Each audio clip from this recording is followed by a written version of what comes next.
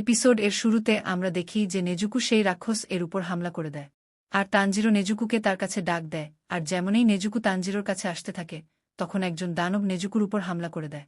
কিন্তু নেজুকু সেই রাক্ষস থেকে বেঁচে তানজিরোর কাছে এসে যায়, যা দেখে তানজিরো বুঝে যায় যে নেজুকু নিজের দেখভাল নিজে করতে পারবে, আর সে নিজের প্রোটেকশন নিজে করতে পারবে। তখন তানজিরো নেজুকুকে বলে, আমি নিচে যাচ্ছি, এই ছেলে মেয়ের খেয়াল রেখো। আর এটা বলে সে মাটির নিচে চলে যায়। নিচে গিয়ে তানজিরো দেখে তারা যে মেয়েদের খেয়েছে তাদের কাপড় ভাসছে। এটি দেখে তানজিরোর অনেক রাগ উঠে। আর তখন সেই দানবরা নিজেদের মধ্যে কথা বলে যে এখানে হাওয়া অনেক কম, কিছুক্ষণ এর ভেতর তার দম শেষ হয়ে আসবে। আর এখানে অন্ধকারও অনেক বেশি, তাকে কিছুই দেখা যাবে না, আমরা সহজেই হামলা করতে পারব। সেখানে অনেক অন্ধকার ছিল, তাই তানজিরো তার ট্রেনিং মনে করছিল। আর যেমনই সুযোগ পায় তানজিরো তাদের টুকরো টুকরো করে দেয়। আর এদিকে একটি দানব নেজুকুর সাথে লড়াই করছে, আর নেজুকু তাকে অনেক খারাপভাবে মারছে। আর তখন সেই দানব নেজুকুর মাথায় মারে।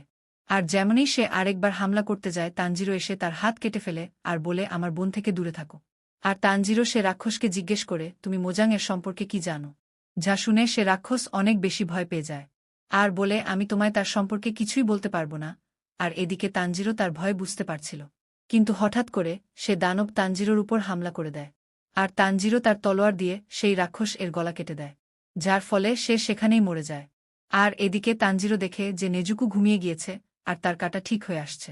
আর তখন তানজিরো সেই ছেলেকে তার বান্ধবীর হেয়ার পিন দিয়ে বলে, তোমায় তাকে ভুলতে হবে। তখন সেই ছেলে তানজিরোর উপর রেগে যায় আর বলে, তোমার কি মনে হয় এত সহজ কাউকে ভুলে যাওয়া? বলা অনেক সহজ, যদি তুমি কাউকে হারাতে তবে তুমি বুঝতে। যা শুনে তানজিরো চুপচাপ সেখান থেকে চলে যায়। তখন সে ছেলে বোঝে সে যা বলেছে ভুল বলেছে আর সে মাফ চায়। তখন তানজিরো সেই ছেলেকে বিদায় দেয় আর বলে, তুমি তোমার খেয়াল রেখো আর এই মেয়েকে তার ঘরে পৌঁছে দিও। আর তানজিরো চলতে শুরু করে, আর তখন একটি কাক তার কাছে আসে আর তার পরবর্তী কাজের জন্য টোকিও যেতে বলে।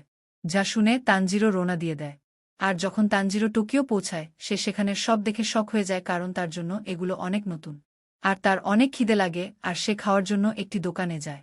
আর যখনই সে খাবে তখনই তার নাকে একটি পরিচিত গন্ধ আসে, যা তার ঘর থেকে এসেছিল। আর সে তার পিছে দৌড়াতে শুরু করে। আর আমাদের এখানে জানা হয় যে এই গন্ধ আর কারো নয়, মোজাংয়ের। আর যখনই সে সেখানে পৌঁছায় সে দেখে তার হাতে একটি বাচ্চা, আর সে তাকে বাবা বলছে। আর তার সাথে তার মাও ছিল, যা দেখে তানজিরো অনেক শক হয়ে যায় আর ভাবে একজন রাক্ষসের সাথে এই মানুষ কি করছে। আর তখন আমরা দেখি যে সে তার নখ দিয়ে একটি মানুষের ঘাড়ে আঁচড় দেয়, আর সেই সময় সেই লোক রাক্ষস হয়ে যায় আর তার বিবিকে কামড় দেয়। আর এর সাথেই এপিসোড শেষ হয়ে যায়।